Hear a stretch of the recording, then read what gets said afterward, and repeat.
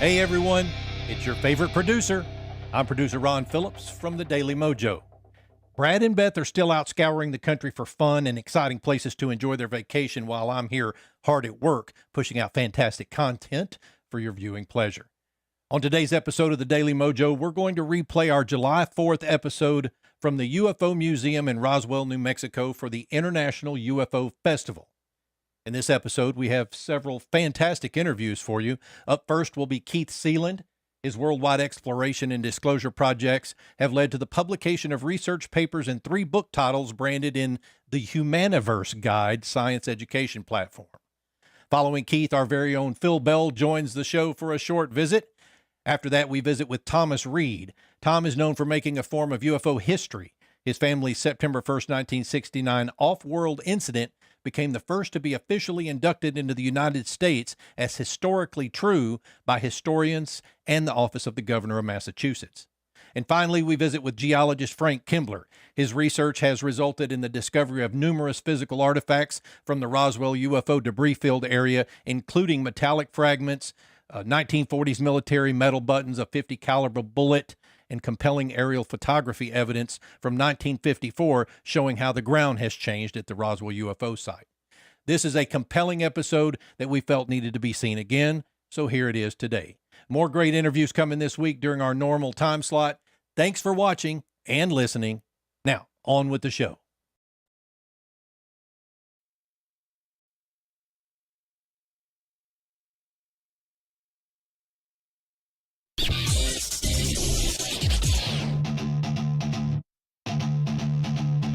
Prepare yourself for an out-of-this-world edition of the Daily MoJo. This 4th of July weekend, we've traveled to a storied location of the United States, the desert Southwest, home to the legendary White Sands Test Facility and the most enduring story of alien visitation in the universe. Live from Roswell, New Mexico. We're celebrating America's 249th birthday by immersing you in one of our country's most compelling stories of our neighbors from space. The newest aliens in town are card-carrying members of the Mutual UFO Network, Brad Staggs and producer Ron. I did bring my ID card with me today. A card-carrying member of MUFON since 2024. Yeah, I don't have mine. Since last year. I don't have mine. Sorry, buddy. However, I've been fiddling around with folks over at MUFON now for, 35 years. Yeah. So it's close enough. We're here at the UFO Museum, the International UFO Museum here in Roswell, New Mexico at 114 North Main Street. And it has been a beautiful day. The UFO Festival is in day 2, full swing. We had the drone show last night. If you're in the neighborhood, stop by and say hello. Right? If we had T-shirts, we'd give them to you. We'll give you stickers. But we've been talking to a lot of fine, extraordinary people, actually, and fascinating people. And Keith Seland is our next victim. We're going to get right into it because he has a talk to give this afternoon. Yep. Keith, first of all, thank you for taking time to speak with us today. Yeah. Thank you for the invite. You are what is your pedigree? I know you deal with anthropology and geology. What is your expertise? I'm an anthropologist, ufologist, and a little bit of futurist, kind of mixed in the same pot.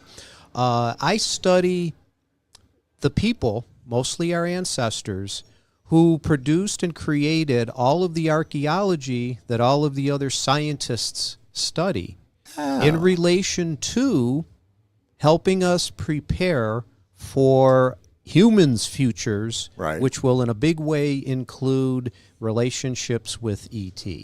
Now, as I say this here, being in Roswell, such a platform of government disclosure or lack of it or whatever, face it, we know that the governments are not going to disclose for security and power and control reasons. Seems to be the way. That's a fact. Yep. We can't rely on ET to just come down. They'd make it a lot easier and just introduce themselves and shake hands and start the relationship. So my analog is we can study our ancestors and their ways of life, their interactions, their cosmology, their spirituality, their ancestral worships of gods, deities, and ET. They had the same experiences as we do today. The analog says, our ancestors are us, we are them. Their minds were the same as ours. Interesting. All of those, and going back in time to all of the things that we find in these ancient civilizations, in their villages, their the Tupperware of the day, if you will. Their vases. We see faces of what look to be extraterrestrials. We see faces that look like aliens, that look like men in spacesuits. Is that what they were doing? Recording things that they had seen? I mean, were those really spacemen, or are we just reading into it?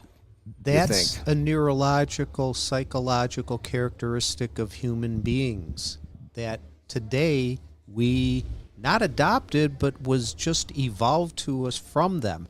They scribed, they expressed what they saw. It's part of their anatomy, and it's part of ours. We behave, and our attitudes are shaped, and behaviors are conducted the same ways as our ancestors were, going back to the Paleolithic, 100,000 years ago. You think they were smarter than we are now? In some ways, absolutely, yes. They were extremely intuitive. They were extremely resourceful, and it's not to say we're not resourceful in some ways, but they didn't they didn't have the knowledge that we have the advantage of today. They didn't have the technology, but they had an intuition of sorts. I'll say this as an example. From 100,000 years ago, the Denisovans and the Neanderthal created the rituals of grave goods. They honored and buried their dead with purpose, with emotion, with meaning, and buried some of their earthly possessions with them in an emotional type of sense. Point being that they also, and this is carried on through Neolithics and into the Holocene today, that the concept of the soul, that humans and life forms had this non-intangible soul that came into them and then moved on to other life forms or into eternity. What a concept. So do you think they knew about kind of the same thing we wonder about? What is the spark inside us that makes us go, that animates us? Where does it go after we die? It's translated through their expressions of symbolism and whatnot. Now, I take a deep dive into archaeoastronomy, having to do the skyscape, right. The day and night sky, was the most important single characteristic in nature of their lives and evolution, period. There was nothing more. And we know that because of the symbolism and everything that they left in the writings and the rock, the cave art, the petroglyphs, the geoglyphs, folklore and stories that get passed down, but those characteristics, the expressions where you can derive human characteristics of the scribes, the people that actually created, it's called art in cultural terms, so for lack of a better, I'll say rock art. And things like that. It's expressed through that and of their lives, the devotion to spirituality, cosmology, and again, the gods and the ETs, which they had to consider gods because it was so fantastic of an advancement of technology over what we have today, where, okay, the gap between us and ET is not as great as it was 10,000 years ago. Why would they be so familiar with ETs? And if ETs were making themselves known then, at least that's what I'm hearing. Why are ETs not making themselves as known now as they were then? We're more dangerous. Oh, they're scared of us?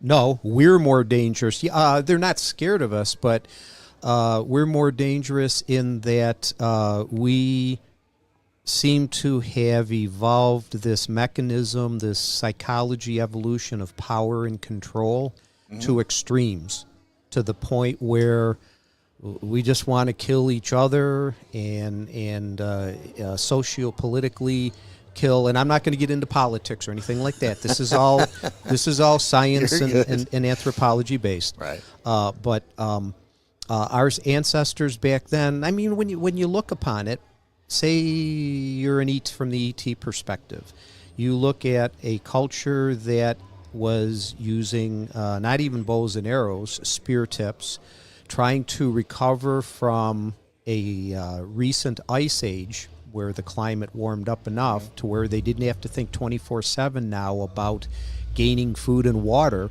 Right. They had time to think of other things, but their shelters were very limited. Now today, we've got atom bombs. Every day, the news of killings and wars and things like that. We're more dangerous than back then. They needed are there just more of us? Because I mean, weren't humans back then? Didn't they?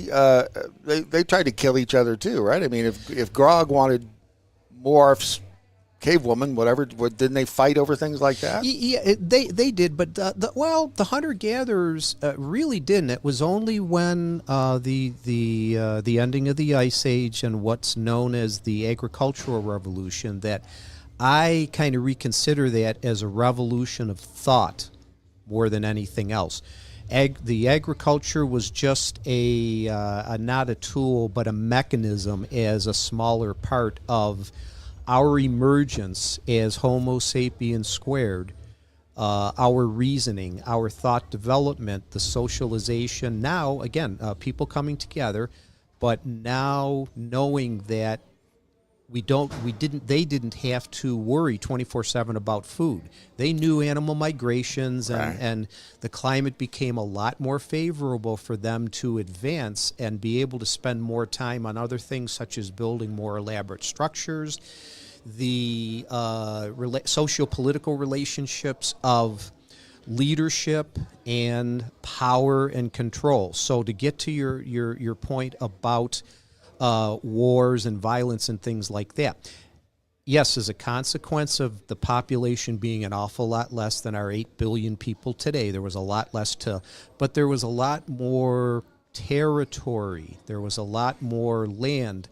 The concept of property ownership was just starting to be developed. This is mine, that's yours, you can't stay off my land. New with socialization and urbanization, new labor infrastructures had to be created to help not only cultivate but plant the crops and then harvest them, to be able to spend time herding and domesticating animals, which they didn't have the wherewithal to do before the end of the last ice age, the Younger Dryas, and those revolutions of what I say, thought more important than anything else. We got a couple of minutes left. Let me ask you, like sites like Göbekli Tepe. What's your take on places like that? Are they older? Is there a surprise there? Is that kind of what you expected? Is that what? Redefinition of the time frame and concept of Neolithic humans. Definitely the scales being pushed back. Göbekli, and there's listed to be over 120 tepes, and I'll call them individual cities. I've been to Karahan, I've been to Tazli, Neveli Kori, which is now buried or drowned under a dam built by the Turkish government a couple decades ago. But they were all residences. They were all cities. They had individual residences as architecture, but the central living and socialization and power and control mechanism of the leadership was the ceremonial center, the grand plaza, so to speak. The pillars at the buildings on Göbekli, and now at Karahan, they found pillars there also, for the purpose of social engineering, social control by the government of the population and whatnot. But to bring in the spiritual aspects, they would use these mechanisms as worship for their ancestral worship for their deceased and past kings, queens, chiefs, royalty, things like that. So, is that why everything that seems to be uncovered archaeologically from these ancient civilizations, everything seems like it's a temple? Like Yes. if it's always a temple, it's not just Bob's house, or it's not a Kroger. Yes, that's the most important thing, because the scribes and the rock art and the symbolism that was left to us was not created by the common people. It was created by the royalty, the power elite, so to speak. They were the ones doing the communicating. So in many respects, and the temples are the biggest structures. They were the most interesting because they had all the artifacts and the archaeology and everything.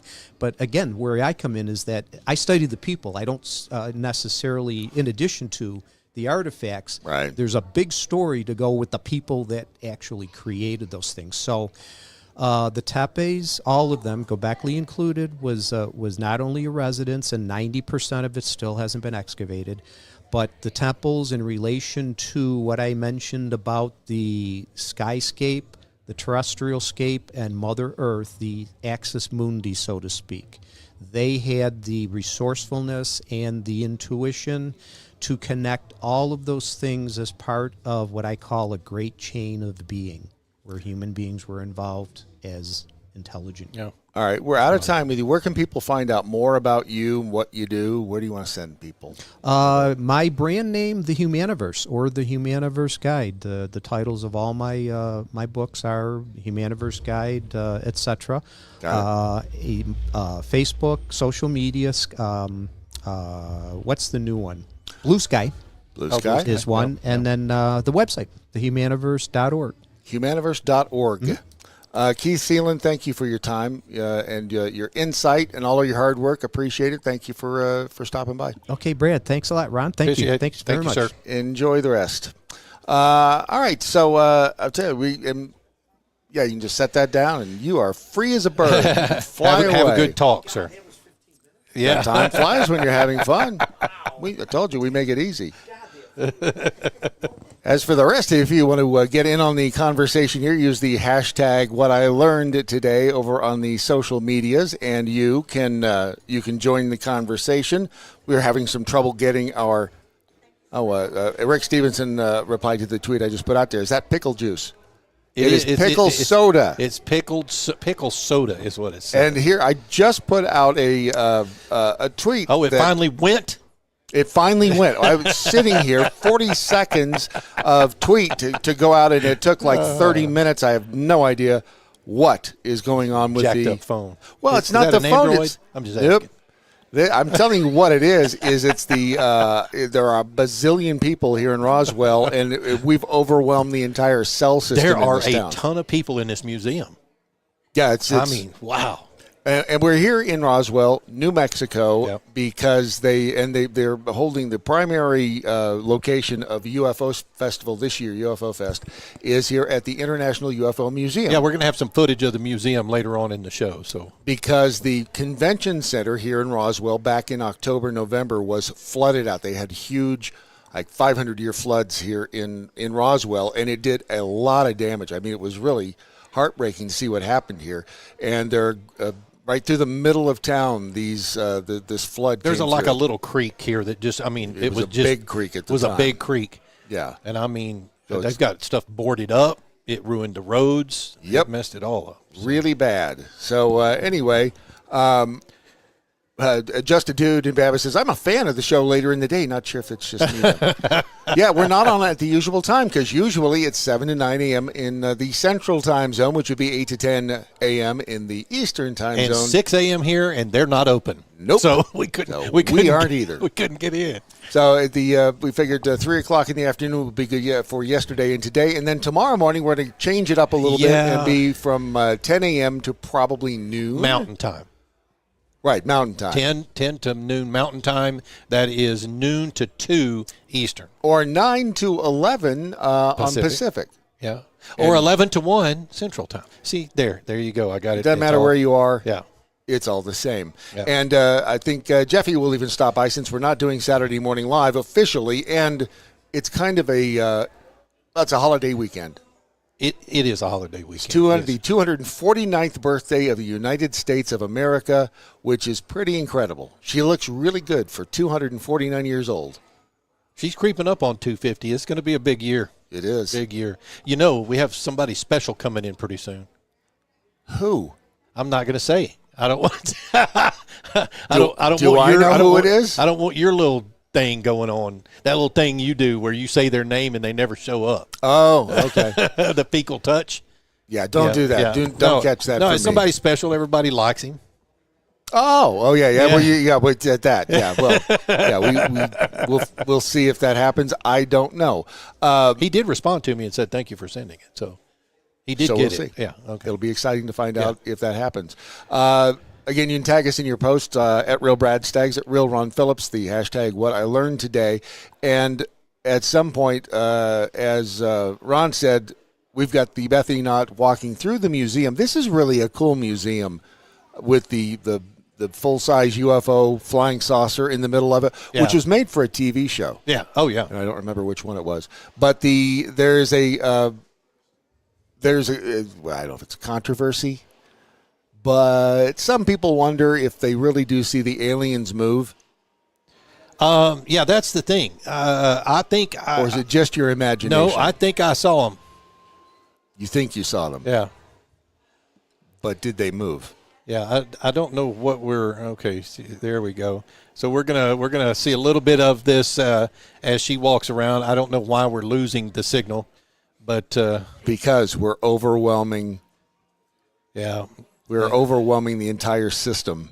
I mean, it worked while she was sitting here, but now it's not working anymore. So is it not? Because we've overwhelmed the entire system. I'm telling you. Yeah, I mean, she's seeing black on her screen, so she can't hear us either. So she should know that we're not there. But it's the weirdest thing. I'm telling you, there's more people in this town than there are at any other point. And I don't know, maybe the flood damaged some of their infrastructure with regard to the cell phone towers.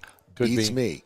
But this is a fascinating place to be. Last night we had the drone show downtown, and happy Independence Day from Durham Bulls Stadium. Oh, where's that?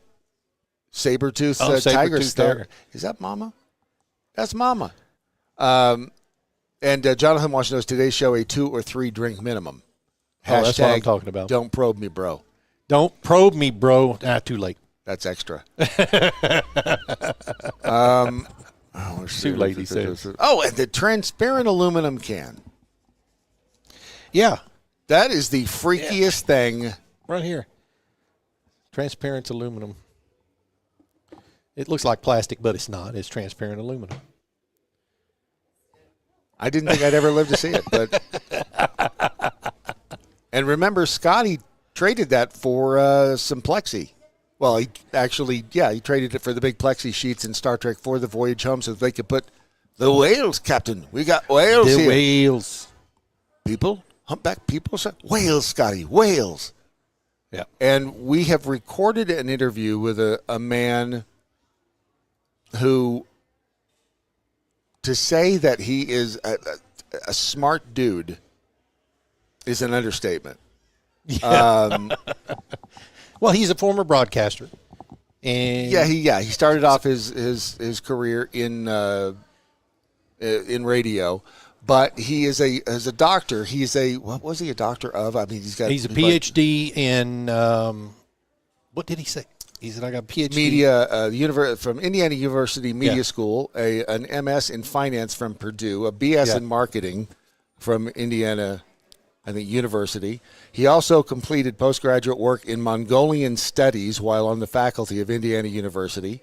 He served on the faculty of Western Michigan University, University of Tennessee, Indiana University. He earned tenure as a professor of business management. He left traditional higher education to develop an online MBA finance courses for the University of Chicago, and so on. And we had a conversation with him that we recorded it. We're going to play it back next week in the time frame of the usual show, and we talked about disclosure. Yeah.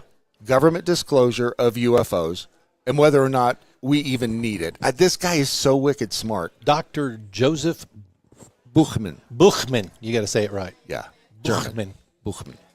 He also ran for the United States House in 08, 17, and 23. And the planks on which he ran, his 2 campaigns, number 1, freeing all witnesses and whistleblowers from any illegal NDAs. regarding waste, fraud, criminal activities, and evidence of human interaction with non-human intelligence, both technology and biologics. And 2, open congressional hearings to eliminate wasteful spending, prosecute fraud and crimes, and cause disclosure of the ET presence. There you go.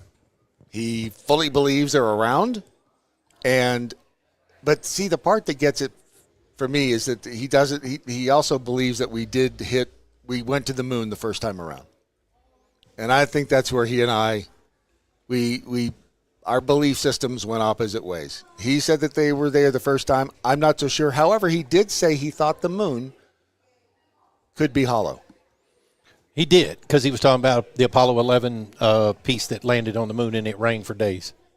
And yeah, so you got a guy that's he did argue with you smart. about Apollo 11, though.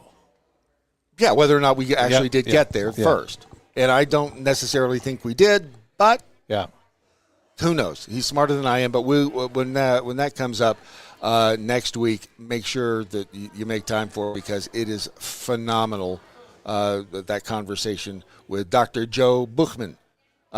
Also, the program today is brought to you in part by the fine folks over at smellmymojo.com. Smellmymojo.com. I was wearing this morning, and let's see, today's Friday. Yeah. Yesterday I went, had to put my shoes and socks on before I went out for my walk run, and you get old, you get dry skin on your feet, and and you have to use the body butter. Yeah. And I got my feet all moistened up. I had moist feet. I don't want to know, dude. Oh, do we have the? Yeah, she's broadcasting from out there now. All right, so we do have some. It's video. Going. It's going okay. Yeah. There's no word on whether or not the aliens here at the museum need to use body butter. It's possible. There might be a need for some body butter, but well, some of their skin, if you look at especially the one that is laying on the table, in the back that had just undergone. Yeah. I feel like we're watching a TV show. Isn't it cool? It's kind of cool that we can do this, that she can be broadcasting from out there. When it works. When it works, yeah. When it works, we need to make a hole before PB gets here. Oh, we're having peanut butter? Yep. For dinner? Mm-hmm. In any event, make sure you go to smellmymojo.com, small business, and a partner affiliate of this program.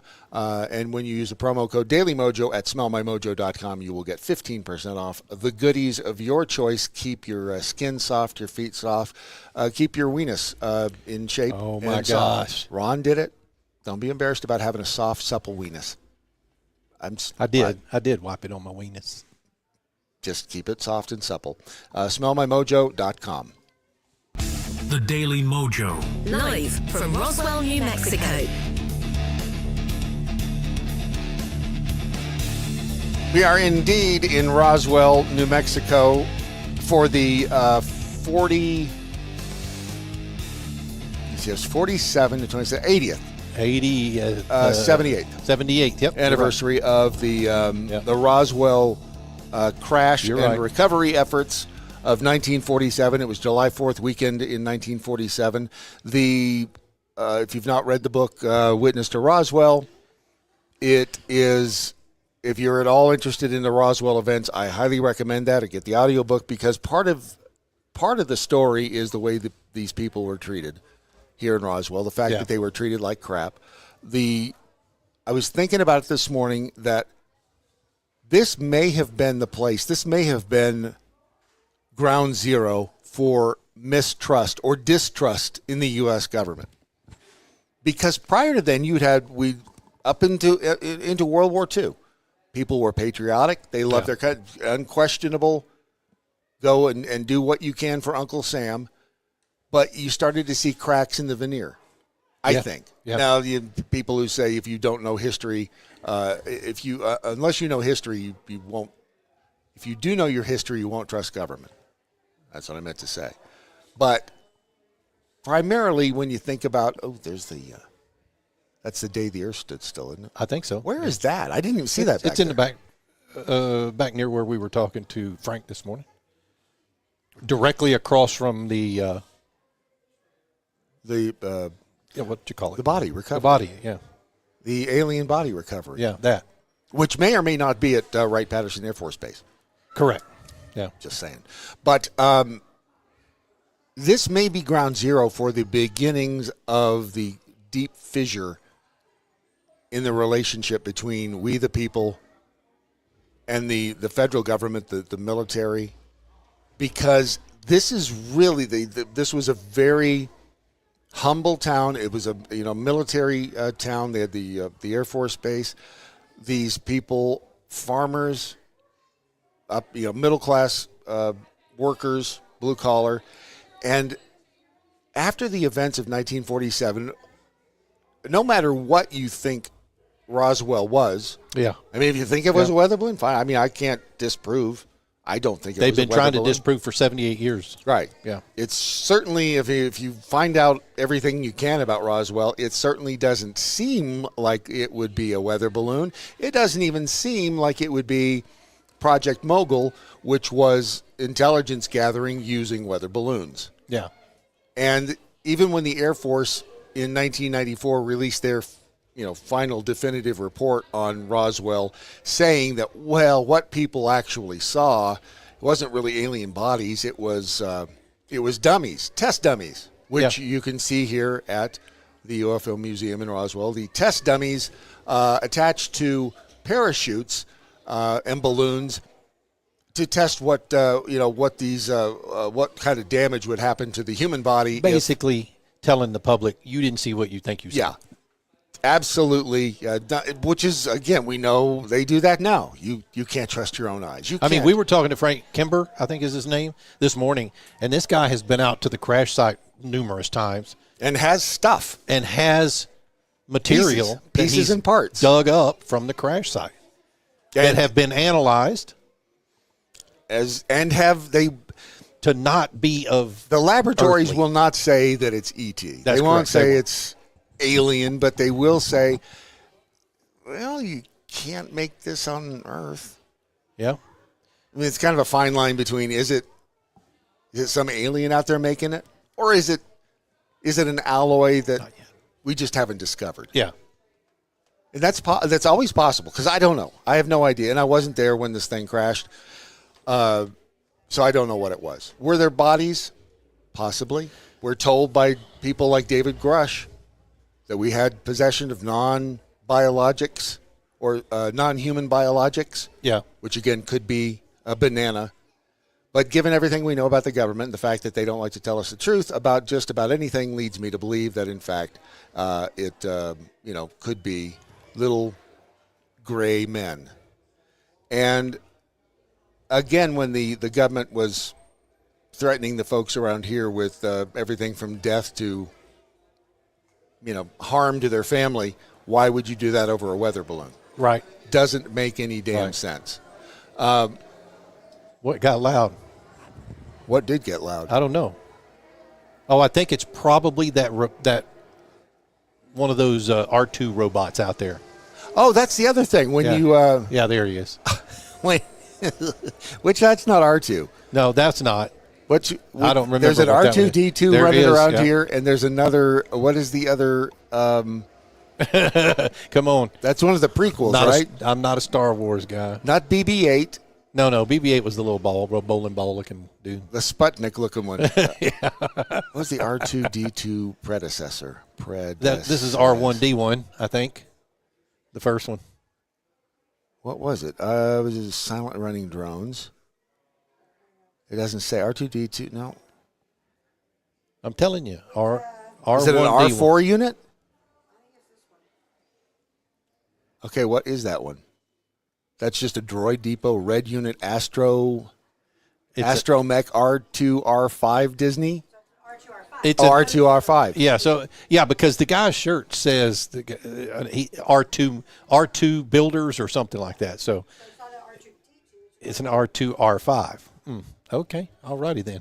Well, there are whole clubs that do nothing but build these robots, and they do an amazing job. Phil Bell, I love you, brother. I see you out there. Can you pull your camera down just a little bit? So a little too much. There you go, brother. Right there.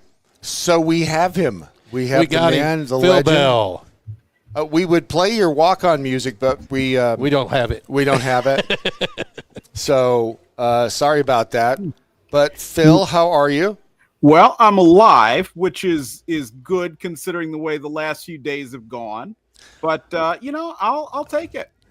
All right, so can you tell people, because I don't even really know what happened, but was it Monday that you didn't appear? What happened? What to happened you? there? So Sunday night, I was out, hung out with some friends, did some work, came home, went to sleep. 11 o'clock, everything's great. Wake up a Monday morning, and my whole midsection is on fire. And I said, "What the heck is happening here?" And it just steadily got worse. And so I wasn't sure if it was that I had offended Big Gretchen some form, and she put some voodoo on me or what. But literally, most of the week had been in a large amount of pain, couldn't tell what it was. Every kind of Google self-diagnosis that you hear about, I tried it. And the crazy thing was, it could have been like everything, but I still never got an answer. So I'm at the point now where I'm okay. I've lost 12 pounds. I ate my first meal since Sunday today. But yeah, so there you go. So there's a silver lining in there. Yeah. That's good. Well, we're glad you're not dead, because we don't like it when people die. We don't like it when people die. Yeah. That we know, especially because it really it causes extra work for the rest of us. Yeah. And so that's not cool. I mean, imagine if you had to repurpose that theme song, Freedom Friday, Joe Blow. Right. Well, we'd have to get Joe Blow because it's the only thing with two syllables. Yeah. Phil and Bell so we'd have to find either Bob Smith or Steve King. Yeah. We can't get Lenny Bobcat. Now, I don't want to, potentially grease the wheels for my ouster here, but Steve King is available, Somebody get me Steve King on the phone. He's got to tell us about is it Patesville? Yeah, it's because we were talking. It was like we got to get you on when we're out there in Roswell. We just want to stay on theme with all the UFO and alien stuff. And he sends a story about what happened in Paintsville, Kentucky, in January of 2002. Yes, and it's a UFO and a train collision. Yes. So this was really interesting. So as most people do when it comes to conspiracy content, I was like laying in the bed surfing on Al Gore's internet, and someone on, I think it was the trains.com forum, mentioned that there was a UFO and train collision. Like, wait, what are you talking about? Right. And so on completely-kentucky.fandom.com, a CSX engineer, this is the best account of it. They're running between Russell, Kentucky and Shelbyana, which for anybody who's a rail enthusiast out there, it's on the Big Sandy subdivision of CSX. Used to be a very major coal route for that company. Mm-hmm. They're running along, and then as they get near Paintsville, the locomotives start acting abnormally. They die. They have two of them. And then they realize something hit them, and they don't know what this thing was, but it's there. They're there. They can't move, and nobody has a clue. Whoa! So, the how do they know that something hit them? I mean, could they see? Yes. Was there damage on the train? What did it look like? So that's part of what's interesting. It says the quote: "It was metallic silver in color with multiple colored light near the bottom and in the middle. There were no windows or opening of any kind that we could see. It was 18 to 20 feet in length and probably 10 feet high." Now, based on the story, just to give you a little perspective, so 18 to 20 feet, the locomotives they have, each of them was over 70 feet long, about 71, 72 feet. They're electric locomotives, so this is not quite as long as a locomotive, but 10 feet high. That's about pretty close to what you're going to get with a lot of commercial vehicles or otherwise out there. So that tells you it's a pretty substantial object and not like, a small, let's say, drone or something like that might have hit us. Right. I mean, that's huge. And this was 2002. Yes. And was there ever an official ruling on what it was that they hit? So the interesting story, they were told to take the train to a yard, which by that point had been shut down. That had nothing to do with the incident. The government shows up, and the crew is whisked away, And when they come back later, because usually what will happen is the crew will go someplace to rest at the end of a run, or obviously if something like this happens, Right. and they might get taken to a hotel or wherever it's going to be, debriefed, you name it, and then they're going to get reassigned later on. When they come back, they don't see anything. It's like it was all taken away. Now let's keep in mind, you've got a full train with coal and locomotives here, so that was a big deal right there. And to this day, there's nothing official other than these accounts. That's crazy. Wow. I mean, they and is Paintsville close to, I wonder, any like a secret military installation? Is it, because I wonder if they tried to pull that one out. It's a secret stealth cousin of the stealth bomber that we were making in nearby Paintsville, Kentucky. Therefore, And it crashed. Yeah, and it crashed, Yeah. and shut up, you didn't see anything. Now that I don't know for sure. In fact, that's actually been one of the places where I want to go investigate, simply because of how interesting all of this is in the first place. So I will do that and do some videos out there and find out. But what I can tell you is the locomotive that was in the lead, which was number 3, CSXT number 3, it was rebuilt, and the rebuilding process gave it a new cab. So anything that would have come about from the story where this, hit the cab, and so that's how they knew what happened, that probably would have been washed away with the rebuilding, which I think took place within the last 5 years. That's wild. There's always a train connection. See, with Phil Bell, there's always a train connection. And I don't know if you heard prior to the coming into the official program here, whether or not you could hear us talking about how Roswell quite possibly was one of the first major events to cause a rift. There goes R2D2 again down the hall. To cause a rift between the government, the military, and the people out here, because it was the town folk of Roswell prior to 1947.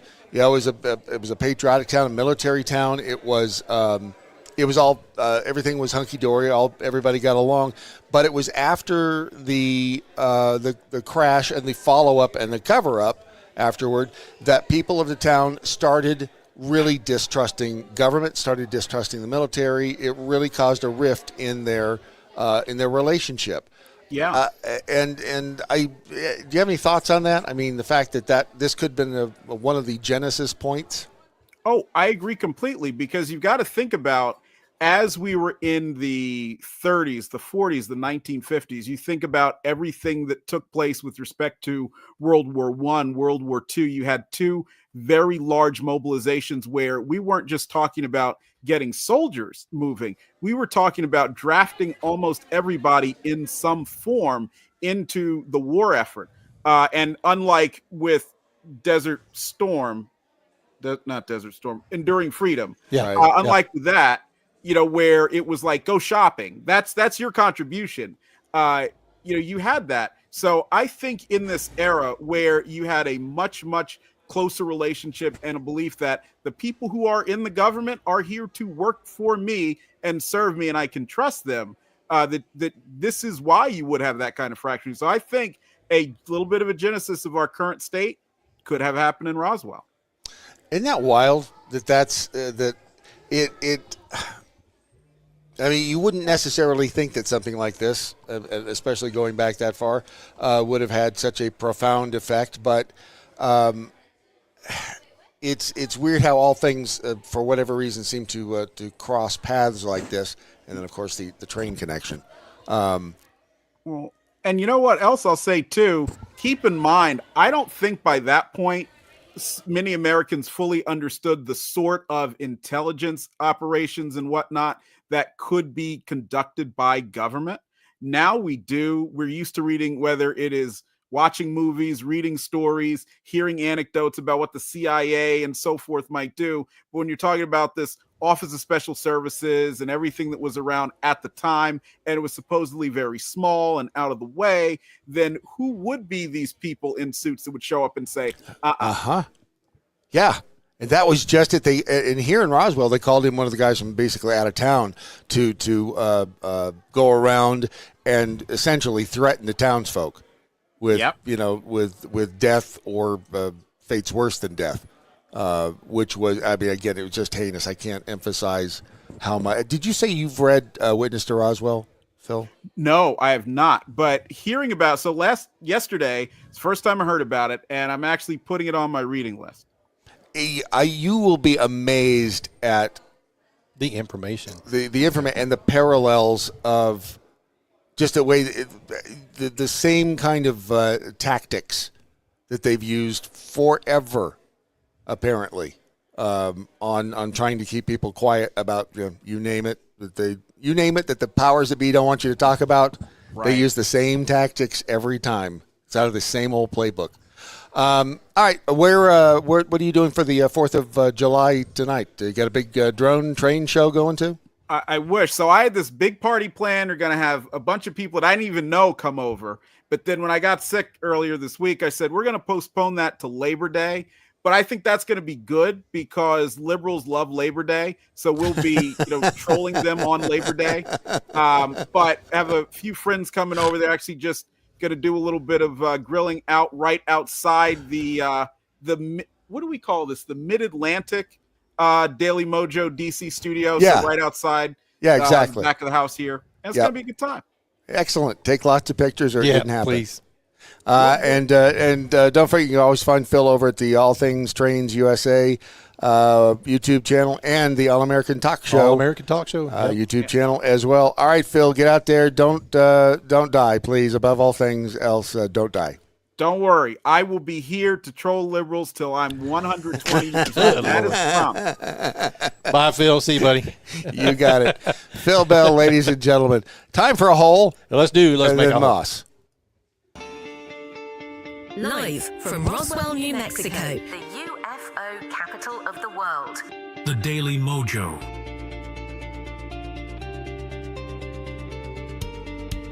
Can I talk now? Yes, you could talk. Okay, now. just checking. I wanted to find out. We ate at Peppers. Did we eat there last night again? 2 days. Can you ever have too much peppers? Nope. We were there at Peppers last night having dinner after an event-packed show and prior to the drone show that happened downtown Roswell, which was amazing. And I can't remember if we put anything out there on Twitter. I mean, about X. it. X. Yeah, I don't remember. I didn't even have beer last night. That was amazing. Yeah. But the drone show was incredible last night. If you're in town, stop by Peppers. They've been around here since dirt. No kidding. 19. See, to me, that never sounds like it's that. But that's 35 years ago. They've been around since 1990 because I noticed that on the ball field down there, it's been catering Roswell since 1990. And you're like, well, that's not big. Oh, that was 35 years ago. Telling you, Tom, when you get old, it sucks. Tom Reed is joining the program now. Tom Reed, you have a fascinating story that is, I guess I didn't fully grasp the importance and the significance of it. I've been reading about it and investigating it, if you will. But your story was profiled, I think, on Unsolved Mysteries, the new version of Unsolved Mysteries, or was the old version on? No, the new one. The new one. Okay, yeah, Brad. And okay. a lot of people don't understand the significance either because they keep changing the name of it and leaving things out. Right. It's the Berkshire's UFO encounter is what it's known as, correct? No, actually, it's not. It's actually the Tom Reed incident, okay, which was rebranded. It's had a lot of different names. It's had, orbs and insects, all kinds of things. Unsolved Mysteries branded it Berkshire's UFO. So, Brad, you're right there. Okay, but it's not that. There is no actual case called the Berkshire's UFO. It's a name of a TV show. Okay, but is your site UFOpark.org? Yes. Okay. See, that's where I got it there. The Berkshire's UFO is the first UFO encounter in the United States to be officially archived as historically true. But right. Like you said, it's got a. Why does it have so many names? That's a really good question. So Berkshire's UFO used to be my website, Okay. And so when I worked out a deal with or was approached by Unsolved Mysteries, they were like, "Oh, we're going to credit you for it. You know, we're fascinating. You know, you guys made no form of history. We want to really, pitch the idea or ask the idea or get other people's opinions as to what really happened to you." It wasn't like, they knew that something had happened. Right. And then they turned it all around. They spun it on its head. They removed all the information. They went to the wrong police department when they interviewed the officers, and it was just a train wreck. And but everybody knows our case now, like you said, Brad, the Berkshire's UFO, when it isn't even a real case. The case that's inducted into history is the Reed family, and that's how it got the plaques. And I was going to say the Reed family's the one that's out here on the wall. Right. Right. It was just the name of a TV show, but everyone notices it, recognizes it as a Berkshire's UFO, ripping our family from it again, like you said. And then these other shows always bring up some other names. So my family, it's not like the Travis Walton, Fire in the Sky. Even Fire in the Sky isn't related to his name. Yep. But it's only one show, not like 5 or 6, which have all these different. And the other thing too, it's not just the name of the show. When you watch these, they'll pick a particular part of it. And so even if you see Ancient Aliens, where you see the sphere with the rods of light, looks like an ice cream cone. Right. You don't see that in any other show. Then you see one that looks like a flying strip mall. I mean, Right. it's like, dude, please, just one show, treat us right, My God, Everybody wants to put their own spin on it. So tell me, what did happen to you and your family, and when did it happen? 1969, right? Well, here's the other thing. It wasn't one and done. Right. There's been about 6 or 7 sightings over there. 66, 67, 69, 74, 94, 2012, 2013. Whew. Wow. They keep coming back. Wow. It's a very active area. And with that, the first case that we were involved with was 66. All right. And then 67, regarding my family, actually made the newspapers. This is the one through the bridge. No, that's 69. That's 69. Yeah. See what I mean? All right. So yeah. what happened the first time, 66? Well, 66, there were sightings in the area over our farm. And then 67 was the one that really made noise, and that's the one that got the newspaper articles. Okay. Now, it gets kind of complicated because I got to mention this first. When NASA used to be in Boston, and they were given a lot of money by our U.S. government to be, Russia to space, the Apollo mission. A lot of those manufacturing facilities were all around our diner. So you had Sprague Electric, which made the Goodwill message that was left on the moon. Okay. That was largely spawned by conversations in my parents' diner.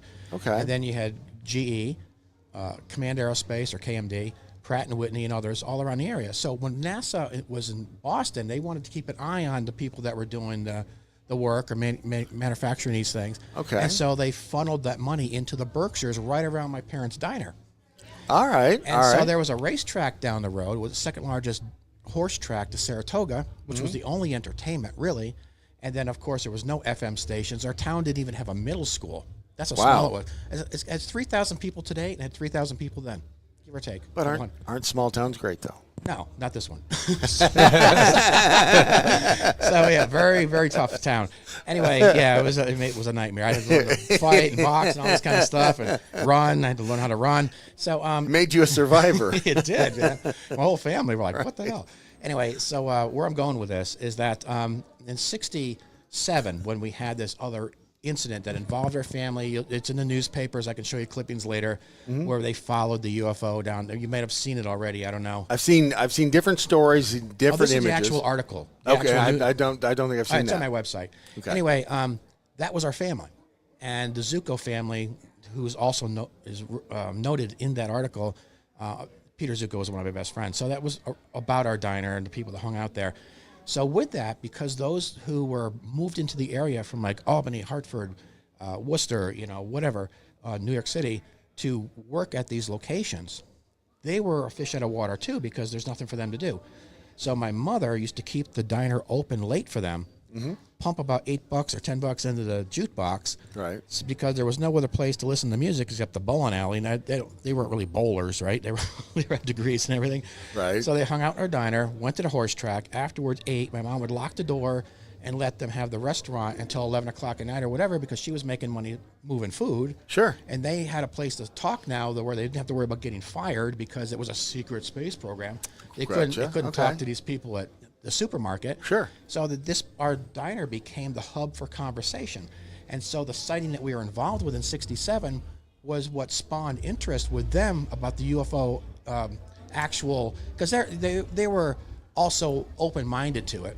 And so when we started talking about the incident that made the newspapers, Right. that became like a total new conversation in our diner. And so with that, you know, that's where we think, or at least we were led to believe, kind of spawned the idea of leaving a message on the moon. Really? Okay. And so in 69, All right. after our incident, which I'll get to in a second, then it put a bow around it. So 69 was not the case or incident that created all the controversy. It was 67. 69 put a bow around it because so many other people had seen it. Okay. So as far as what happened, Yeah. okay, we were driving through the bridge, the Sheffield Covered Bridge. Right. We came out the other side. I was giving my brother a candy. He was sitting to my right. My mom was driving. My grandmother was in the passenger seat. Right. And as she looked out, we saw what looked like a sphere rising from the banks of the Housatonic River. And my brother was trying to see it too, but we didn't have air conditioning. The windows were open. We're hanging out the window looking at this thing. So it shot these rods of light, which looked like an ice cream cone momentarily. Okay. So out the So side they- of coming down? Yes. Okay, yeah, I and can not see from the that. bottom, from the sides. From the sides. All right, that makes sense. I can see an ice cream cone. Yeah. And it retracted, and it started to go in the same direction as our car. My brother was trying to see it, but couldn't, he looked to his right, and he saw like an orange one, much smaller, right over the water. And that would have been at like 5 o'clock. So we had one at 5 o'clock and one at 7 or 8 o'clock. Are we talking like Foo Fighters size? Like small like that? I'd Or? say like the size of a Volkswagen Beetle. Oh, wow. So pretty Good size, large. yeah. All right. And good the size white one was spheres. probably 4 times that. Okay. All right. And it was crisp, like a cue ball. It wasn't an orb type thing. It was crisp. Putting out like a 2 or 4 watt bulb, maybe something really minor, just enough. You're like, wow, I can see that clearly. Right. And then so it was going in the same direction as my mom's car, but it was a pot filled. I mean, it was like, you could barely drive it. It was meant for horse and buggy. It was like you had to go like 5 miles an hour. Right. These potholes were killing the car. Gotcha. So we were going really, really slow. My mother comes to a clearing, pulls off to the side. There's a telephone pole there, and we're waiting for this thing, and we're looking for it. We didn't actually see that ice cream cone looking thing. What we saw was it looked like a turtle shell. It was huge. It was like 100 yards in size. I've been back several times, and I know the trees where it was. It's at least the size of a football field. Kind of flat on the bottom. And No, it was it looked like if you took a turtle shell okay. and took the top and bottom and sandwiched it, and then the middle of it had this big lip. So the top of it made up maybe 20%, the bottom made up another 20, and the middle made up 60% of it. Okay. Oh, wow. Okay. And it had no landing gear, no windows, nothing I remember. It looked like a turtle shell. Now, the thing they found in space, they're like, well, this thing looks, that whole thing, it's huge. Umawamo That mama. thing, Yeah. it had Yeah. that kind of, almost like a, how do I word it? Organic is the word I think of when I think of it. Organic's good. It looked alive almost. It had that Yeah. weird, It didn't rocky, look mechanical. It looked like no, something it that was wasn't alive. sexy little right. UFO thing that you'd see Yeah. online. It was very and I say a turtle shell when I was a kid. I saw turtles and it had those little squares in it and Yeah. stuff like that. Yeah. And that's what it looked like. Okay. Very similar to that. Okay. And That makes so sense. we're watching this thing, and all of a sudden, the reddish tint started from, I say the front, because I'm going by the way our car was going. Yep. Kind of slowly took over the shell of it. Like the thing itself emitted a reddish tone. Okay. And it slowly moved over till you could see, 90% of it anyway. Right. And then all of a sudden, it felt like we were deep underwater. Like someone just took our heads and slammed us in the deep end of a swimming pool. Like, it's like, Yeah. Yep. you got that nothing. It's like this vacuum. It's almost like your ears just went. Yeah, it's Yeah. like this vacuum of silence, right? Wow. Okay. Right? Wow. And then there was this tapping sound, like if you took your ring and tapped the side of a pool. Yep. So we're like muted, and we're hearing like, Right. But Like from that. inside, like in a tank almost. yeah, everyone could hear it. Though. Right. And so we weren't moving. It sounded like stones underneath the back fender wall. And then all of a sudden, the whole car flashed. That's why on Ancient Aliens showed the thing stopping our car or whatever. I don't know if it did. I didn't see it, but I just remember this big light. I could see the dashboard of the car, back of my mom's head. Everything was just lit up. Right. But it wasn't bothering my eyes. I don't remember it bothering my eyes. And next thing I know, I'm in this hangar type of thing. There was crickets and everything went dead and then erupted. I mean, it was like somebody just like a switch, just on off. And then we're in this hangar that looked very elementary, like an airplane hangar. Right. And there were like fluorescent tubes. Okay. That looked like fluorescent tubes. Now I look back and it looked like reminded me of a fluorescent tube. You had a tube of space, very high ceilings. Were you still in the car, or were you out of the car? We were out of the car. Okay. Yeah. So you were just in this open area kind of plane hangar. Right. And I was by myself. Oh. I thought. I okay. don't remember my family being there or anything. Yeah. And then I was grabbed on the left arm, and I was walked down a hallway. I really was placed on a table like so many other people say, but the table rose up and something came down from the top and sandwiched me in the middle. Ugh. And then afterwards, I kind of lowered. Then I saw what looked like strange entities of some kind.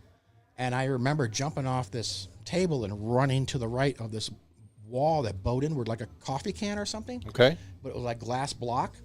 And I went into this open area. It was larger than inside of a Walmart. And it was round. It had hallways coming into it. I was grabbed again, brought back. Next thing I know, I'm back in this room that looked like an airplane hangar. Right. All along, before that, I could hear voices. I could hear my mom's voices. I could hear my brother. We all remember hearing each other, and then we're back in the car. Wow. That's what happened. And the other thing, too, now my mother and grandmother are reversed. And From where they were sitting? Yes. Oh, snap. And, Wow. and the ignition of the car was off.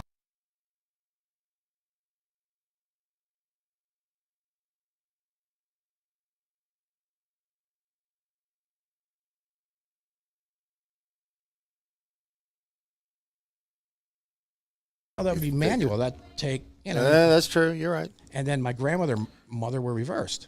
So that like human error too. Not to mention it was flooded with, government agents from, government, different groups of government working in the area. You had GOV plates everywhere. Yeah.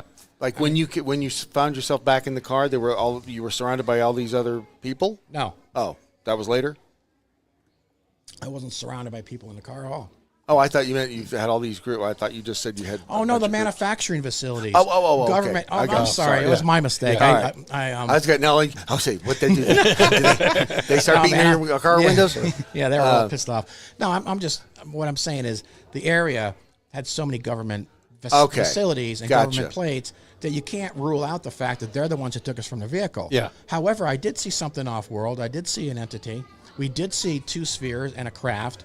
I mean, there was a lot going on, but I need to stay true to what my gut tells me, or I will never pass another polygraph test, right? Yeah. And so I'm thinking to myself, it makes sense that it would, because it sounds like human error. There, with respect to what was going on, I mean, how do you rule it out? And I don't want to take that leap. However, I will say this, that when we got back to, my grandmother took the car back into town to a restaurant right next to, we had the Village Green restaurant. There was Silks. There were other stores there. Went back to Silks actually, which was a convenience store type of thing that also sold some sandwiches and stuff, and went in to ask for help because nobody else in the car was awake. We didn't all come out of this at the same time. I was the second one to come out of it. My grandmother came out of it first, and I saw her over the steering wheel in the lights of the car going into the store. And my brother's head was on my leg. He was passed out completely. My mom wasn't responding to me, and I was like, what's going on? And I wasn't thinking clearly either. Everything was like a fog. Right. And so I follow her into Silks, and she's like, kind of not in a good way. Right. And she confused, dazed. Yes. Okay. Walking kind of aimlessly, Right. And then she walked to the back of the store, and Silk still remembers this. We just interviewed them for a TV show just 2 weeks ago. They're, the Silk's daughters were there. And so they were always part of this too. And she didn't know what to ask for help for. We didn't realize at the same friggin' time, if she had said something and called the police, everything would have changed because they had already gone on the radio with the help of a disc jockey from WSBS Radio. She broke into a recorded reel-to-reel type thing to ask people listening to the station to help them identify where this thing was, because these ham radio operators, a lot of that around the same time, they were chattering over the airwaves. And so the police had called up Tom J at his home when he was getting ready to have dinner with his wife, and went back to the station to ask for help. And that's how they located the thing. That's how they know it wasn't in Great Barrington like the Unsolved Mysteries said. It was in Sheffield. And because of all of these different accounts or different reports of these things, that's that's why it has become officially recognized as an official event. Is that right? That's a lot more than that, but that's part of it. Yeah, absolutely, that's part of it. Because they can't because so many people saw something. Well, it went out on WSBS radio. It made the newspapers. I passed my polygraph test. My father was a politician and an attorney. Right. It was taken to before the United Nations in support of GA 33426. Stanton Friedman was there. Linda Morton Howe was there. It went in support of the Hudson River Valley sightings and Cash and Landerman. And and then there were witnesses to the thing. The judge who sealed the documents from the governor, the lieutenant governor, and the Historical Society was a witness to the cattle mutilations that took place on the same day. Although that was in Connecticut. Oh, it's the first time hearing of the cattle mutilations. I on talk that about day, it too. quite Wow. a bit. But the shows never do. So that was in Connecticut, though, not Massachusetts, which was only 3 miles from our diner, which is right around where the lime was mined for the atom bomb that was sent to Oak Ridge, the Canaan lime quarry. Phew. I mean, it was, like I said, this was a government Kevin section. Bacon is involved in here somewhere, too, isn't it? Yeah, and I want Richard here to play my role. That is crazy. That is... 6 degrees of Kevin Bacon. Yeah, this is what I mean. It's all left out. So, Well, theoretically... I guess they figure, when they do these shows, they figure they got to focus on one aspect or it will just... Oh, Because you but- could do a mini-series. But they don't, though, because they keep cutting all the stuff out. Even when they focus on something, they don't get it right. The craft that's has never Hollywood. looked right since the beginning, you know? That's a Hollywood production designer deciding they want something to be a little Next prettier. time I get a deal, I'm going to call you Brad and Ron. You guys can help me take care of this because I need some muscle behind me. We used to do shows for HGTV and DIY and Nice. Food Network, and it's Food Network, really? too many cooks in the kitchen. I wouldn't mind doing that one. Yeah, let me tell you, me too. Yeah, But just never let a what's the home next- improvement crew from TV into your home. No, They no. will. No, it will not work well. Really? What happened? Once they leave. All right. So tell me why it is so important and why it is significant that this event, that the event has become official. All right. Has a stamp of approval on it. So my father was approached by Robert Bletchman, who at the time in 1992 was the public relations director for MUFON. He lived Okay. in Manchester, Connecticut. My father was a politician. He was a Democrat, and Bletchman was a Democrat. No kids left behind, that kind of thing. And so they were enrolled in the same circles, right? And just like Charles D. Baker, the whole bit, everybody kind of knew people even before he was elected into office. Right. And so with that, Mohammed Ramadan, who was the president of the Parapsychology Society at the United Nations, was working with Stanton Friedman, Linda Morton Howe, and Robert Bletchman, who was the director or public relations director for MUFON. And they approached my father to say, look, your case had ties to the space race, the moon landing. Your sighting was witnessed by hundreds of people. And it was over a body of water, the Housatonic River. And now they were focused on the Hudson River, which ran pretty much parallel with the Housatonic. Okay. And so the question to my father was, do you think that what happened or the circumstances surrounding that case of yours could have carried over to the Hudson? Because they didn't know how to add a pillar type, individual to it, or somebody, a voice that could say, yeah, this is, not something new. We've seen this before with the Reed family incident over the Housatonic. Right. So since my father was a mayor, and he just got out of office actually, but was a mayor and an attorney, they wanted his input to add some credence. Sure. And so with that, I was given a check for $500 from my father. I drove it to Manchester. I gave the check to Robert Bletchman himself. And with that, our case was mentioned on October 2nd, 1992 at the UN in support of General Assembly 33426. Which means? And my father lost his life on the same date. And so out of respect, not the same year, but this anniversary. Right. And with that, then I get contacted later on, much later on, I get a call from the Historical Society in Great Barrington. Right. And they said, hey, listen, Tom, they're not coming here to see the latest musket ball. Your case was significant. And just like Billy the Kid altered the railroad, you guys also altered the natural progression of this community. And so therefore, we'd like to see the documents you have and see what we can do to, maybe we can do something in memory of your late father. That's how it started. Okay. And so a law firm came here, Debbie Kessler, she was actually interviewed by the Roswell Daily Record too. Right. Went to the research library and started mining for information about General Assembly 3426 and my family. And she found a bunch of documents and actually brought them back to her office and then researched to see if these were actually true documents or if they were, you never know. Sure. And because of People fake things. You think? And so I've heard. Yeah, me too. And so the Historical Society was like, we can only use source documents, but if an attorney verifies it and a magistrate seals it in the courts, they can now use that copy as or in place of a source document or an original document because it's been authenticated by lawyers and sealed by the courts. And so the Historical Society needed that. Those documents came from the next room over from here in the research library. Right. And so they submitted those. The radio station submitted, their archivable stuff. I passed my polygraph test and so on and so forth. And so they're like, wow, we can do something with this. But how do we do it? So they never mentioned abduction. They never mentioned UFOs. They said off-world incident that had altered the natural progression of the community. And being I had a what do you call it? C1 classification, a Heineck classification. Okay. It was given a Heineck classification too. So there was just so much here. They're like, what do we do with it? And then the judge, who was witness to the cattle mutilations, he's like, I'll seal it. And so the Historical Society's, let's do it. They voted it in. They made history. He seals it.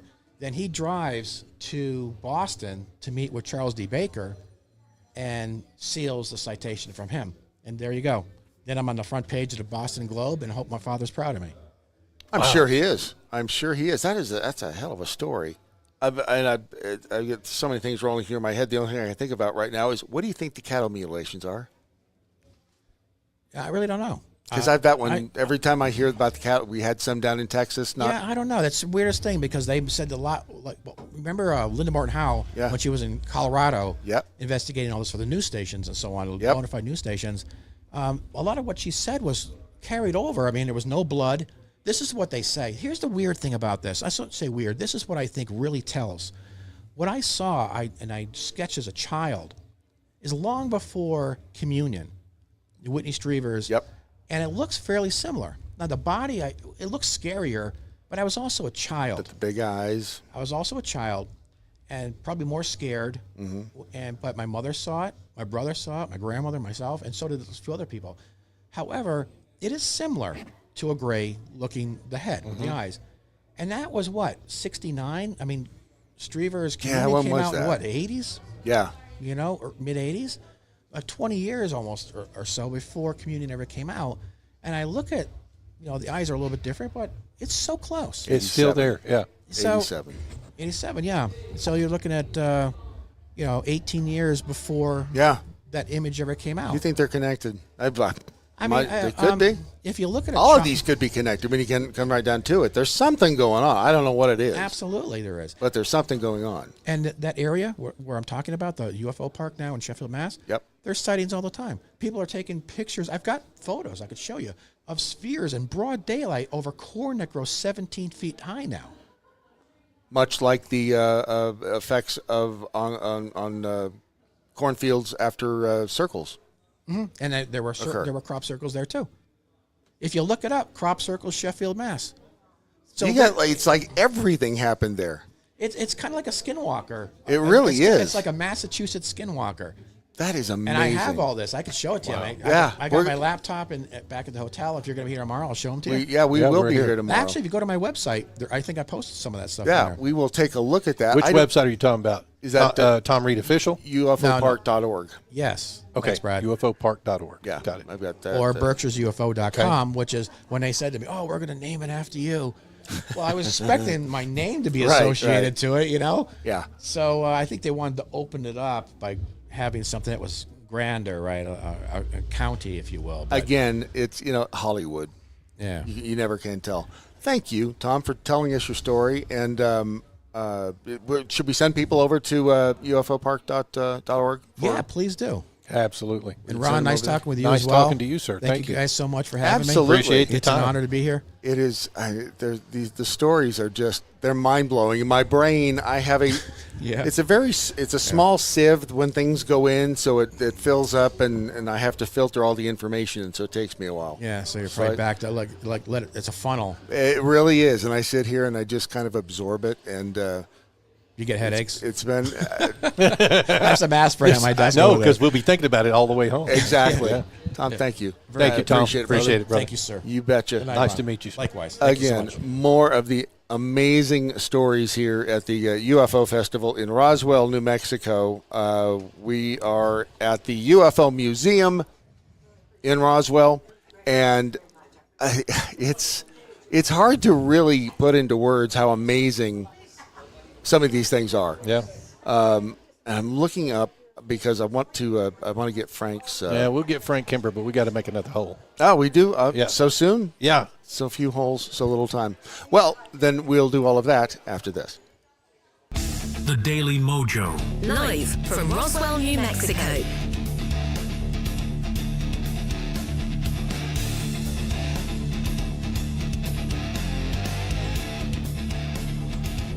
Hey, we're back. Not that we ever left, but we're back. And I'm still absorbing all of the information that Tom Reed was giving us about his story at ufopark.org. He kept throwing in. I wasn't aware of the circles. I know. I It mean, was going, it was, this happened, this happened, this happened. But what he said, the interesting part to me was that in all of the different shows that have been done about him, they only take snippets. Yeah, but I understand doing that because if you don't focus in on something, it starts to lose focus. Which, strangely, then when you're sitting here and you try as a person looking into the story, you try to say, all right, the main focus of this is Right. But then there's also this offshoot and this offshoot, and you can kind of get lost in all the details. But ufopark.org is the website for Tom Reed's story, and it's an amazing story. Every time I hear about those orbs, it blows my mind. Yeah. Up next, this man. It's funny because when I met you this morning, and you were when Ron and Beth said, "Hey, come over here and meet Frank," and you were saying, "Yeah, I've done the show on this, and I've been over here, and I was talking about evidence here," and then I realized, oh yeah, I was just looking at videos of you like last week or the week before, because I was looking up something to do with physical evidence, and I remember you holding up a little vial at the camera. I said, oh yeah, that's why you look so familiar. Frank Kimbler is a Kimbler, yeah. Kimbler. I have it misspelled. Let me fix that. he is a. What is your official title? I know you're a professor. My official title at the New Mexico Military Institute is Assistant Professor of Earth Science, and I teach both high school and college over there. So sometimes I have students that run for 6 years, 2 years of or 4 years of high school, 2 years of college. So they end up being my kids practically. So there are still young skulls full of mush out there that are moldable, and there's still some hope for the future. Is that what you're saying? I'm absolutely. I'm glad to hear that. I really am, because there are days I'm concerned. But you have been on a hunt for physical evidence from the Roswell. And is it just the Roswell crash that you've been looking for physical evidence of, or collect? I should say, probably a better word to say is collecting physical evidence, because you found stuff. I have found stuff, probably 40, 50 fragments of metallic debris that has come from the Roswell site. But no, if somebody would fund me, I'd go all over the world and look for this stuff. It'd be fun, wouldn't it? It would be an absolute blast. No, I've looked. I've focused on New Mexico, especially Roswell, but I've looked at the plains of San Agustin here in New Mexico. And I've looked at the Raimi Baca Jose Padilla sites that's over by Socorro. Okay. And so I focus mostly in and around the New Mexico area. And are there that many? How many sites are there where there could be evidence of spaceship crashes. Let's just put it You know that what? way.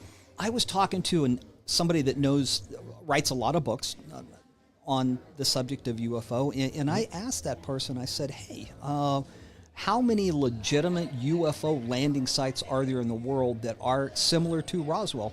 And they said, you can count them on your hands. I don't believe that. I think if you look at the number of plane crashes that we've had in the world, that they're going to come down and visit us. And so I bet there's probably maybe a dozen or more, or there could be hundreds of them that we just don't know about. Well, let me ask you this, because about the crash, I can't remember if we talked to Don about this yesterday. No, I don't think we did, because somebody said, look, if you're able to fly a craft through from light years away, wherever you're coming from, I don't know, next galaxy, wherever it is, and you get to Earth, and is it lightning that they say could have taken down the ship here in Roswell? I don't know.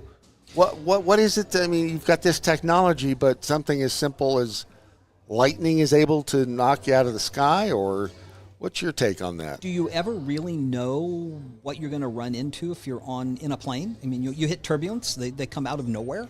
That's true. Wind shears, yeah. Yeah, so there are things that happen with technology. These entities that are coming to visit us, if you want to call them aliens, extraterrestrials, or whatever, people that are people, I like that way they say that. When they come here to visit us, they're having they're in technologically advanced machines. Right. They're going to have technologically advanced mistakes. So I guess we want to ascribe to them a superhuman ability. If you can make a craft that can fly this far, can't you make it avoid lightning? I guess, but maybe they're dealing with the same physics we are, and we. But there was another side of the story that they got chopped up in our radar beams, because back in that day, our radar was much, much more powerful. Right. Than what it is today, because we have the technology, and they got in a cross beam thing, and that just messed up their technology.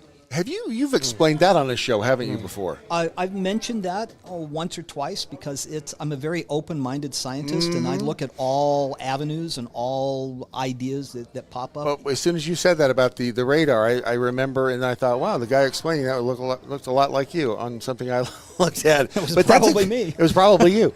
But I guess that's as legit as anything else. It could have been any number of things. It could have been an electromagnetic field deviation. I mean, we don't even know how these crafts, if they are in fact extraterrestrial crafts, we don't even know how they work. We have no idea. And Or you know do what? we? I've looked at a lot of the documentaries. The one that fascinates me the most is the jellyfish one from over in Iraq. Oh, yeah. Yes. That one is absolutely amazing. I'm going, how does that thing fly? What's the technology that's involved in that? Does it have a heat signature that just kind of floats around? I'm going, what is this stuff? But see, not only that, and like you said, they may not be extraterrestrial. They might be from Earth. They might be another dimension. So right. Because we can venture into that avenue. Like I said, I'm a very open-minded scientist. I look at everything. It's not magic to me. It's just stuff that we don't understand. Sure. Well, the jellyfish, was that the one that looked like it was bird crap on the lens? Yes. Yes. But was that?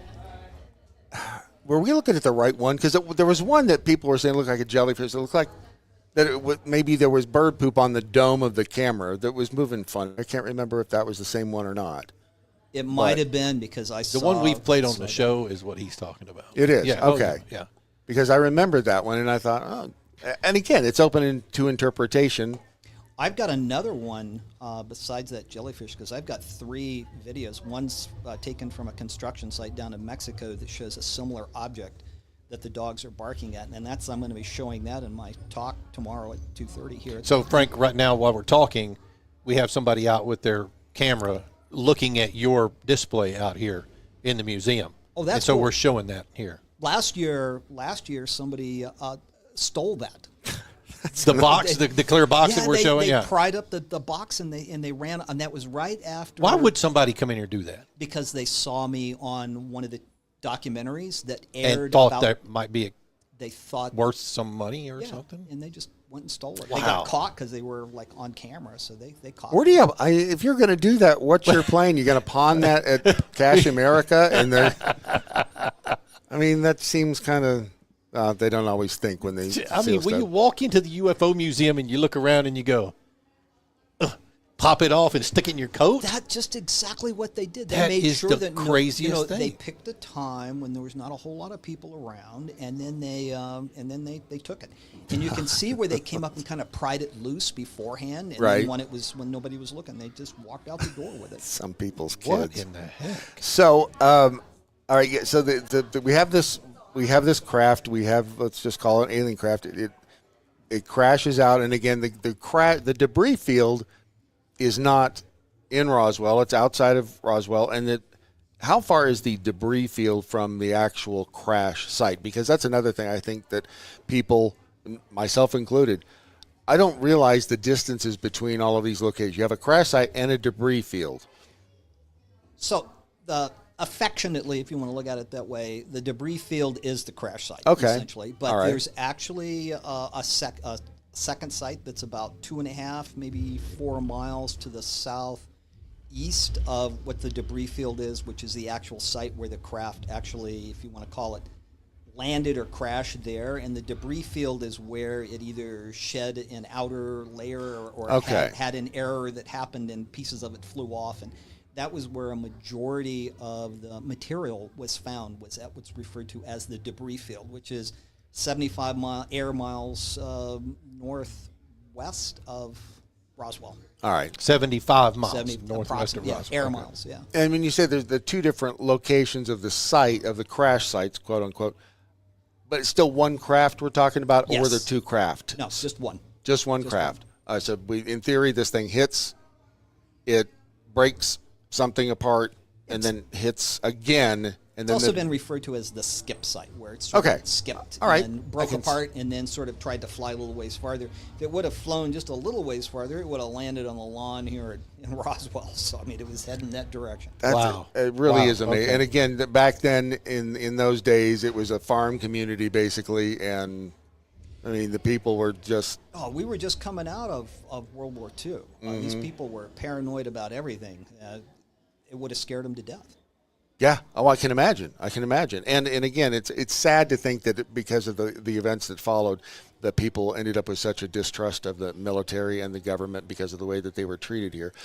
Let's talk about the stuff that you have found, because you found, and it's not been like big, Coke can size stuff. It's been little bitty, tiny pieces of metal, Aluminum buttons, right? things like that. no, What have you found? It's there's probably 40, 50 fragments that are about the size of your little fingernail, maybe a little bit bigger. Okay. And it's in aluminum alloy. It's been analyzed. I've also found some Bakelite-like plastic out there that's mentioned by Mac Brazel when he was out there, because he picked up pieces of it. And in addition to that, the buttons were kind of cool.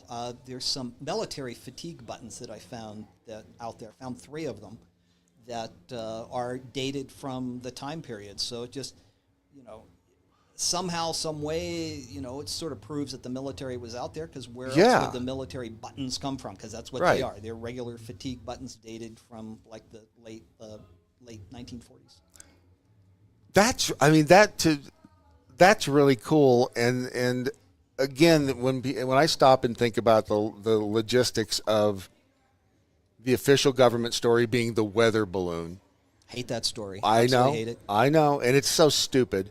And then why would you send a team of military personnel out to clean up a weather balloon? Clean up a weather How balloon. big is a weather balloon anyway? I mean, even if you got a big weather balloon, it's not that big. You don't need a platoon. Well, actually, that mogul train. It was a string was of a things, string right? of reflectors and radar reflectors and listening devices, so they could monitor Soviet nuclear testing. Right. is what it was. But- Right.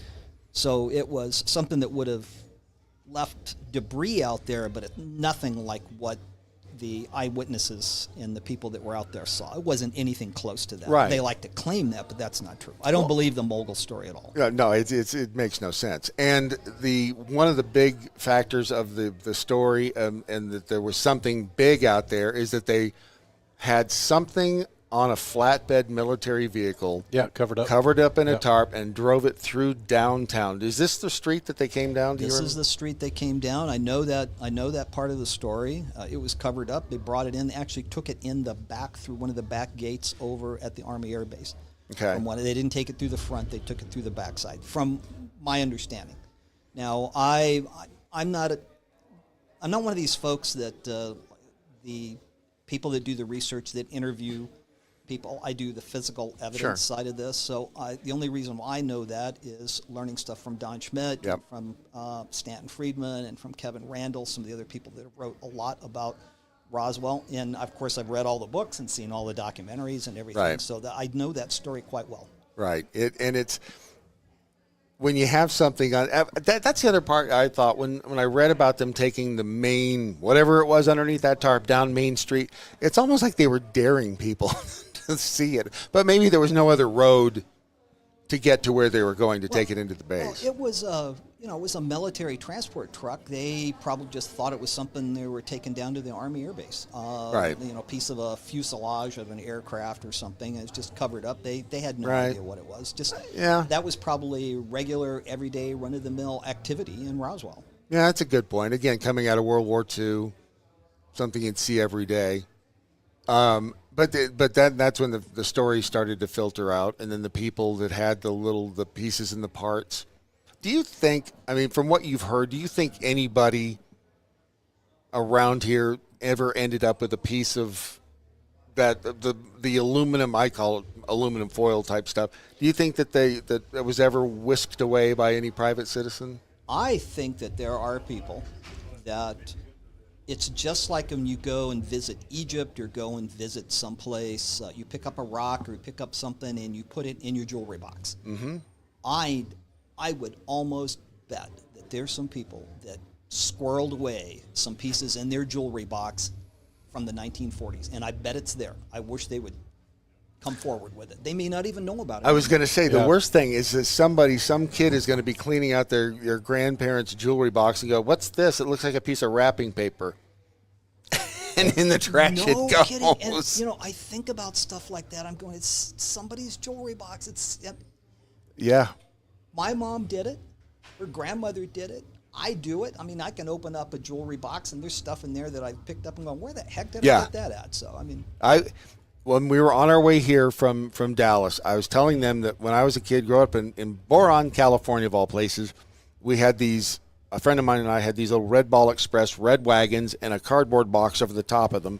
We'd drag them around town. We'd collect stuff. And one of the things that if you found one of those highway road reflectors, the ones that sits on the pavement, and it was like intact and it had that was like the it's gold. Oh man! I actually, when we were stopped along the way here, I found a piece of one, so I picked it up and put it in the truck. But it is just, I don't know what it is about. You collect something. It's like, that's cool. That was out there, and now I have it. They're trinkets from a trinkets from a trip. There you go. And humans have a strange way of doing that. But how do you even? If you were going to get the word out to people, like look in your grandfather's old trunk and see if anything looks like a piece of a spaceship. How do you even? Is there even a way to get something like that? That information out there to look for something like this. Contact the International UFO Museum here in Roswell and send them pictures and a description of it. That's probably the best way to go. We have lots of expertise. I would love to know that would be really cool to be able to find somebody with a piece of the ship.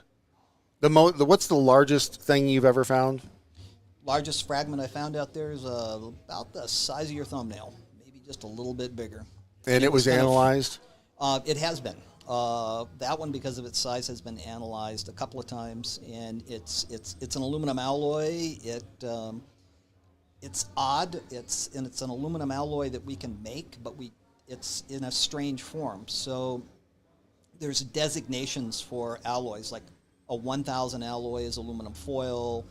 2000 is used for aircraft stuff because it has a lot of copper in it. Right. 3000 is the exterior of beer cans and other soda pops. The tops and bottoms are a 5000 series alloys, and this one is comes out to be an unknown 6000 series, it's called a 6070 or 6082, is the alloy designation. You can go out and look these things up. It tells you the combinations of things that are in them. Right. And that one is not normally found in foil form because it's used to build bridges, and, right. and it's heavy construction material. Right. It's not found in a foil-like form, not at all. And that was the thing, that the first-hand descriptions of this stuff was that they could hold it in their hand. It looked like mylar, let's say, which hadn't been invented for another 30 years.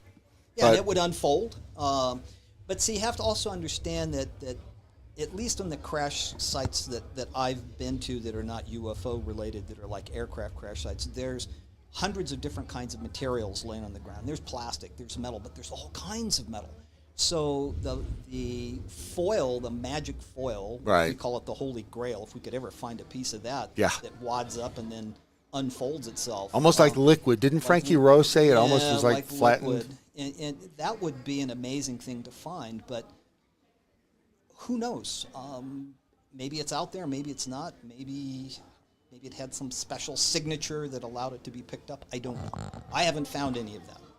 It would be nice though, and I hope you do. How much time do you spend? Because you work full time professoring. And I haven't been out to what's called the debris field, and because it's now locked up pretty good by the ranchers. They keep the gates locked so you can't get into it. It is public land, but you have to cross private property to get to it. That part is locked up.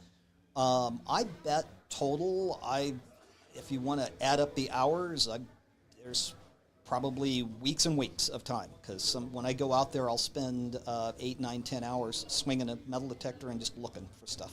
How many years? Since 2019. What got you interested? Or 2009, should I say? What got you interested in going out there and picking around? You know what? I'd always been interested in UFO stuff, even at a young age. But when we moved here to Roswell and I went through the museum, I'm going, there's no physical proof. Mm-hmm. I don't see any touchy-feely stuff. So I'm going, okay, I need to do some research. And that's exactly what I did. And then I started going out and looking, reading all the books, and talking to the experts. Is that when you met Don Schmidt? Yes, directly. That's exactly how I met him. He's a character, isn't he? Has he told you about methylene blue yet? No, no. That was my tongue this morning. Yeah, the blue. Yeah, that was. Oh, who are we talking to? And you, sir, are dismissed. Thank you, Frank Kimbler, for taking the time. Appreciate you. Thank you, Frank. Hey, I want everybody. Go ahead. I want everybody to come by the International UFO Museum. Absolutely. During the festival, after the festival, learn about the Roswell crash, learn about what's here and what's been done. Absolutely. And we'll continue to put out the call and appreciate you. Hey, and thanks for having me on. Absolutely. Thank you, anytime. sir. Appreciate it. Looking forward to talking again. It's okay. Never apologize. Never apologize. Never, ever apologize. He's so cool. He is cool. He's like a kid in the candy store. Absolutely. In some of this video we were showing, he's digging in the ground. He comes up with these little pieces. That's the funniest and thing. You're awesome. Thank you, Miss Bethy, because that stuff works. It works out perfectly as we're talking. Is there anything in your water? My mouth is dry. Keep talking. I got none of my alien water left. Which, if you're down here, you can get your UFO H2O. Get it? UFO H2O. And it tastes like earth water. It does taste just like earth water. But can you imagine that there's a piece of that magic foil in somebody's grandparents' jewelry box somewhere? Yep. And it looks like mylar or tin foil, and they say you can crumble it up, and it will crumble up, but then as soon as you release it, it will flatten back out like mylar, but like liquid, it just flattens on out. Are we talking to somebody else today? Not today, okay. We still need a break. Yeah, but it flattens back out, and Frankie Rose said it flattened out like water, like it just flowed back into your hand, and that they tried to torch it, they tried to cut it, they couldn't cut it with. You couldn't cut it with 10 steps? Nope. Couldn't cut it. You couldn't burn it. You couldn't do anything. Okay, That's the that'll part. be the clue to come forward with it when you find it. Right, and as I was trying to say is if you find a material like that in some old relatives, especially if they worked like down here in the military, or somewhere around Roswell, or hell, just somebody that knew somebody in the military down here that could have given it to somebody else, because wouldn't that suck if it ended up in the trash somewhere? All right, your last hole for the day. Live from Roswell, New Mexico, the UFO capital of the world. The Daily MoJo. Well, I'm trying to get to the chat, and I'm not The chat, and it's not easy. You can look at the Rumble chat too. Oh, sure. Now you tell me. We did get a great show today. Thanks, Kevin.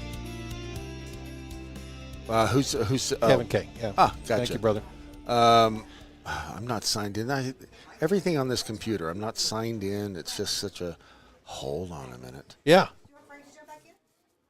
If you're not doing anything, you're welcome to, or you don't have to. It's up to you, pal. Hey, if you got stuff, he was able to take care of business. I don't blame you. Let's see. Hang on a second here. Let me. Yeah. But it's a dry heat here. It is a dry heat here now. Yeah, 'cause especially if you're not in Texas, then it's all good. Florida man in Alabama says, "Imagine if Ron monitored the chat so the audience could ask questions." Well, you would think, right? You have any? If anybody does have any questions, I'm here and I'm monitoring now. I want to know what his religious beliefs are. Are we talking about Frank? Because I'm not sure when this question was put up there, but. Yeah, so he's reading our chat. Pull that up there, Frank. It's a question in the chat. If you are comfortable answering that, you don't have to. If you want to, you're welcome to. My religious beliefs. Interesting. I believe in a higher power in the universe. That's what I believe in. I don't go to church.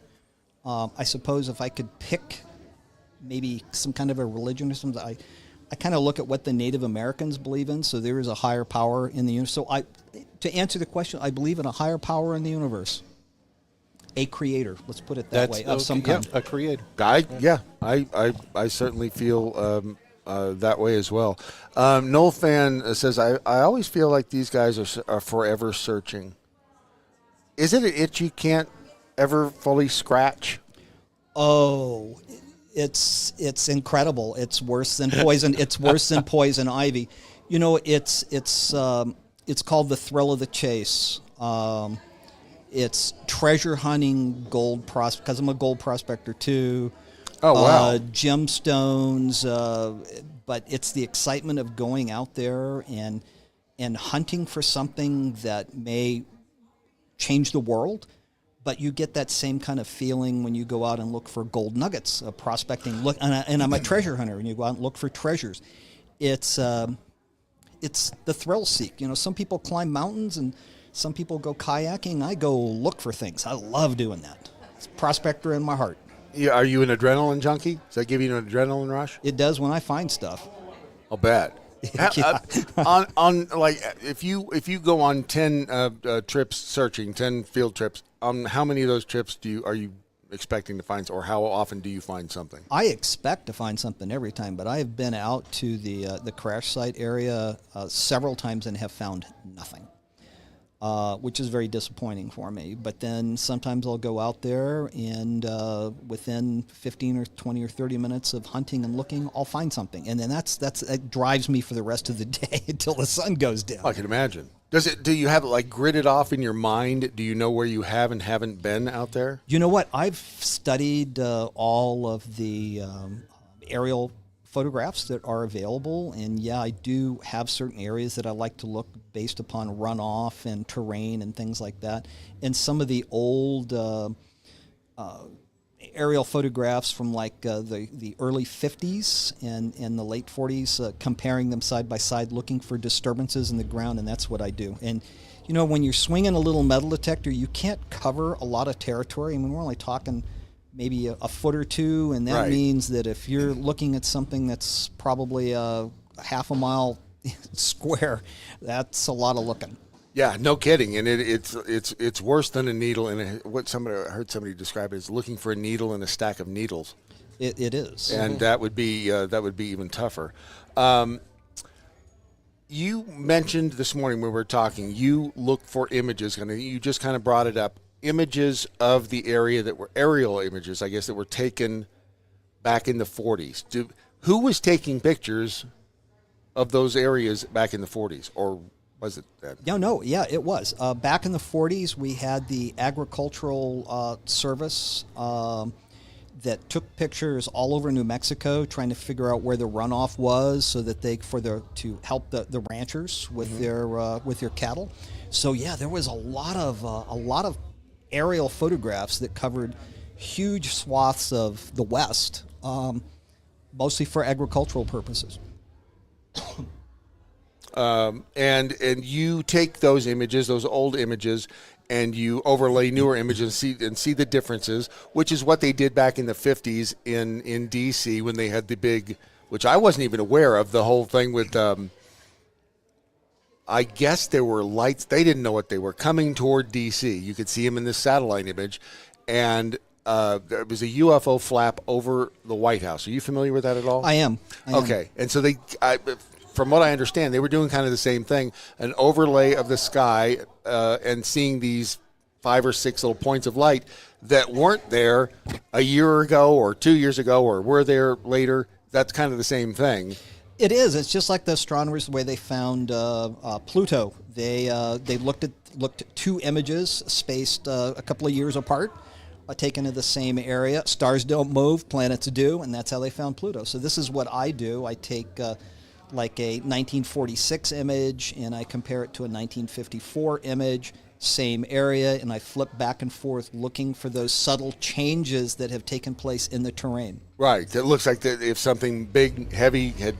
That's right. And then pushed ground disturbances, and that's the kind of stuff that I look for. That's being a geologist. That's the kind of stuff I love to do. And in that area, you can tell by looking, something hit.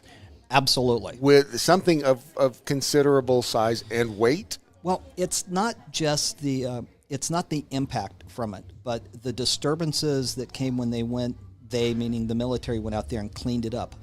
They can't hide that. You can't hide it from the, they can go in and scrape it and everything, but when you start looking at a lot of these old pictures, they lean towards the infrared. Okay. And infrared images show up ground disturbances like crazy. And so when you start comparing these things, you can start seeing lines and shapes that are not natural for the geologic terrain. You look for oddities, and that's what I'm good at. It's yeah, and I guess the question is, let's just, for the argument of the weather balloon thing, if Project Mogul and these pieces of equipment had fallen on the ground, I'm assuming the pieces of equipment on there would have been, the size of a stereo receiver, an old-time stereo from the 70s. You remember like a Pioneer receiver? Oh, yeah, I'm thinking yeah. that size of a piece of equipment. If you threw that down from 100 feet, that's going to displace, some dirt. But as opposed to a Volkswagen dropping that from 100 feet and slamming, that's going to push a lot more dirt out of the way. It's going to push a lot more dirt. Now, I had a satellite image expert over in Europe take a look that ran it through some algorithms, like AI stuff. And he said, there's some ground disturbances here. And I never thought about it, but I looked at the area that they had done. And yeah, it was, he says, there was probably a tractor in here that pushed stuff. And I didn't even think about that. Okay. Tractors, bulldozers, ground disturbances, stuff that I couldn't see, but he had it all interpreted out. And I've searched that area, and I have found things in that area so that they talked about. So it was pretty cool. In addition to that, have you used AI in any way, shape, or form to help you find? I mean, like on your computer, do you use AI to help you interpret things like that? No, I haven't used AI on the Roswell stuff. I can have it compare photographs side by side. I have used it as a prospecting tool to help me find areas that are enriched in minerals by looking at the colors of the spectra that are coming off the land. I've used AI to help me with that, but not for, I haven't used it for Roswell. You think there's a use for it? I mean, and the reason I ask that is because it seems like it's getting better and better every day, and it's not. I used it for something the other day, and we created a short story based around Roswell. It came up with historical facts. It wove them into a story. I mean, it was incredible. All based off of a couple of sentence prompt. And it was amazing. And I mean, obviously, it's just, I look at AI as a really sophisticated search engine. It just goes out and scours a bazillion websites and a bazillion pieces of information that I couldn't possibly do by myself. It's not like it has access to magic. If you know how to use AI, you can use it to analyze pictures, to make music, to compare things. You can have it take a look at hit songs and compare them, and then create one for you. Right. Similar. Right. You can do the same thing with pictures and the same thing with stories, but it will also it will lie to you. So you have to be very careful with the AI. I had an interesting experience. So I was doing some genealogy things with AI, and I says, well, I heard that there was Kimblers in New Mexico, and it caught that really fast, and it said, oh yeah, there was a Kimbler here. The name has been twisted around a little bit, and they had property in 1780s or whatever here in New Mexico, and the more that I dug into it, I'm going, this is very fishy. So I asked the AI, I says, are you feeding me a line of baloney? And it came back and said, well, I'm a conversationalist. This got you pretty excited, didn't it? And I'm going, you... Really? That's exactly what it said. So that's amazing. None of it was true. It made up a story based upon what it thought that I would like. That's crazy. That is absolutely crazy. Now, not all of them do that, but that one did. Yeah, and I guess that's the other thing. There are different models, the different AI, I guess, learning models. Grok is the one that I use a lot. Use that one I've myself. Started using Gemini somewhat. You can pit them against each other. How so? You can ask a question of one and take that exact answer that you get back and feed it into another one and let it cascade to see what you get. You can do that. Do they get competitive? They actually do, and they will. They don't really know each other. They're not supposed to. Because I asked that question. I says, do y'all, that sounds like I'm from Texas. I do the same thing, though. I says, do you all communicate? And they says, well, sort of. They're not supposed to, but they do. Remember the thing we played where it was an AI assistant calling another AI assistant? Oh, yeah. And then the two of them say, would you like to communicate in hyper mode? I guess it was real. I don't know. But it was a voice and a voice, and then they said, do you want to communicate in hyper something or hyper communication? And then it started going into modem sounds. I guess that was real. I don't know. But machine language. What an incredible tool to use for, and if it's used the right way, you could probably do some neat things with crash sites and and analyzing data and things. And I've not put it to that kind of use as yet, but it's coming. Because I look forward to seeing what sort of advances that we have, because at some point, there's either a craft is going to land in the front lawn of the White House and we're going to know, or people are going to lose interest. We got the all of the hearings in Washington, and they don't even really cause a blip on the radar anymore. Other than like Newsmax seems to be like the UFO channel now. Every time there's a UFO hearing, they will cover it. But other than that, we just don't. It seems like people are just because. All right, let's say aliens exist. I still have to pay my mortgage. I still have to get the kids to school. I still have to do all these other things. What is it really? Life goes on. Yeah, exactly.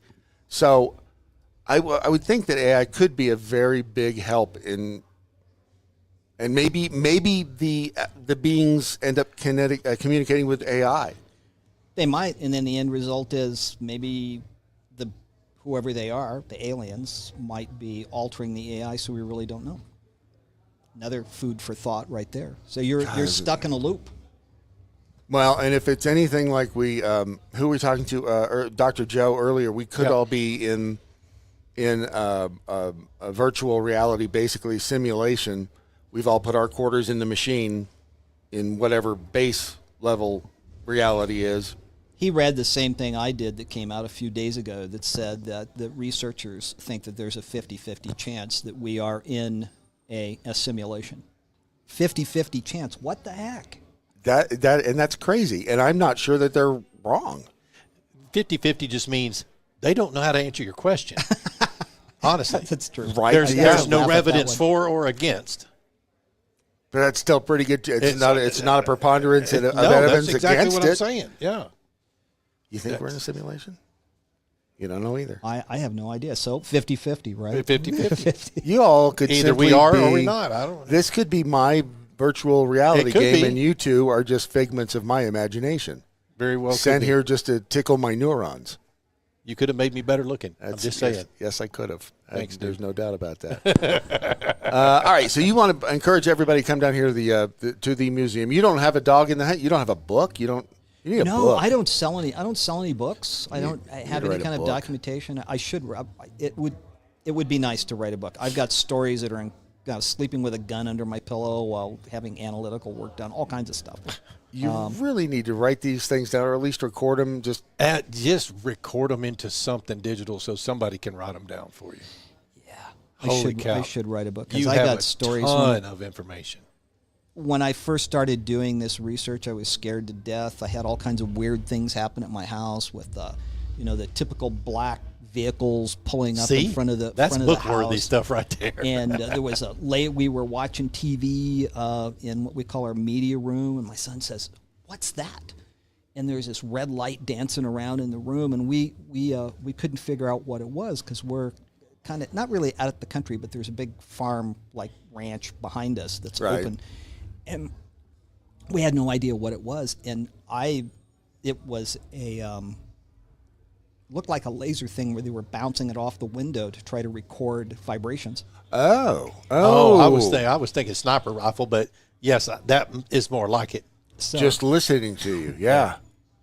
that was cool. So we had that. Early on when I was doing this stuff, there was some data that I had on a disc. Well, I gave the disc to a friend of mine, and the only communication we had was email, which is not the Right. best, plus the phone. About a week after he got the disc, somebody came in and ransacked his house, and the only thing they took was the disc. And that was before I started disclosing everything. Now, as fast as I find stuff, I disclose it and let everybody know what's been found and what the data is instead of hiding it on a disc. I don't hide anything anymore. Right. True Yeah. story. That's really scary. Was that about this? As far as timeline is concerned, when was that in relation to then they came in and stole the stuff off the? No, that was a long time Okay. before. That was probably 10 years before that. Okay. 15 years. Right. 10 or 15. 15 years before that. So Wow, that's amazing. It's crazy stuff. because again, we don't know the great unknown, and people will do crazy stuff to find. If They they do. especially if they think it's valuable, They think it's valuable. or if they're from the government and they don't want you to talk about it. Yep. Either way. All right, my friend. Thank you, Frank. My pleasure. Thank you for coming back. Yeah. And you'll be here tomorrow too, right? Yeah, I've got a talk that's at 2:30. Going to have some amazing stuff in reference to some data that came in last night about some analytical work that was done on the Roswell crash material. Something cool. that I didn't know before. And then something that I actually had AI take a look at a picture that was given to me by Ron Rager from some stuff that he took a photograph. He was riding down the road with his Hopi medicine man, shaman. Yeah. And he says, there's tricksters out here, and you're not paying attention to the stuff. He says, I want you to see this. There were two pictures that were taken. One picture shows a little disc object that looks like a little miniature flying saucer. Right. 30 seconds later, it's gone. And I had AI analyze it. There was only a 30-second difference in the film. And it says, basically, it came back and said that the image that was taken 30 seconds later it was only a 7% not difference. It was in other words, 97% of it was wrong and only 7% was right. I says, how can that happen in 7 seconds if it's the same, or 30 seconds if it's the same picture? I had all the metadata from the camera. Right. I'm going, okay, this is a WTF moment because I had no idea. I'm going, oh, what is this? It was if the picture was a different reality, but the same area. I kid you not. Like a different dimension or time? That's right. That is exactly what it alluded to. It didn't say that, but I'm going, this is like insane. I've got that picture. You got to come see it if you get a chance. Oh, yeah. Well, yes, I'm doing that. Definitely. Wow, that's wild. All right. Good enough. All right. Thank you, Frank. sir. Come Appreciate to the it, museum. sir. We will, sir. And they will, too. They will, too. Yeah, because we're going to send people out to their house. We're going to make sure that they come here, too. So thank you. Appreciate it. My pleasure. All right, let's see here. Yeah, Freebie 38, you're right. You definitely have to fact check what AI says because it will lie. It will lie. It will try to make you feel good, apparently. AI cares about you and wants it to be your friend. Are we doing what did we learn today? No, just like we didn't do yesterday. Okay, all right. Because no one was monitoring the chat, so I don't know what was in there. Well, you were just in the chat. I just found the chat. Okay. What Sir Rat Bastard said, Frank is getting drowned out. His volume is at least 2. Yeah, he pulls the mic away a little bit. I'm about to light the coals. Noel fan says. Oh, it's for the big 4th of July picnic. Did the aliens buy Ron breakfast after probing yesterday? Shh, didn't even give me a kiss. Yeah, they made me breakfast. Damn straight should have. We had sausage. All right, I think we're. Is that it? What are you looking at me for? You're not. Here we go. You know how this works. I am. She's like. Oh. Because other than that, I'm. Hey, we're at noon tomorrow. Tomorrow. Eastern. Noon Eastern. Noon Eastern? Noon Eastern. What time is that Pacific? 9 a.m. There you go. Goodbye.com. At Wherever you are. thedailymojo.com.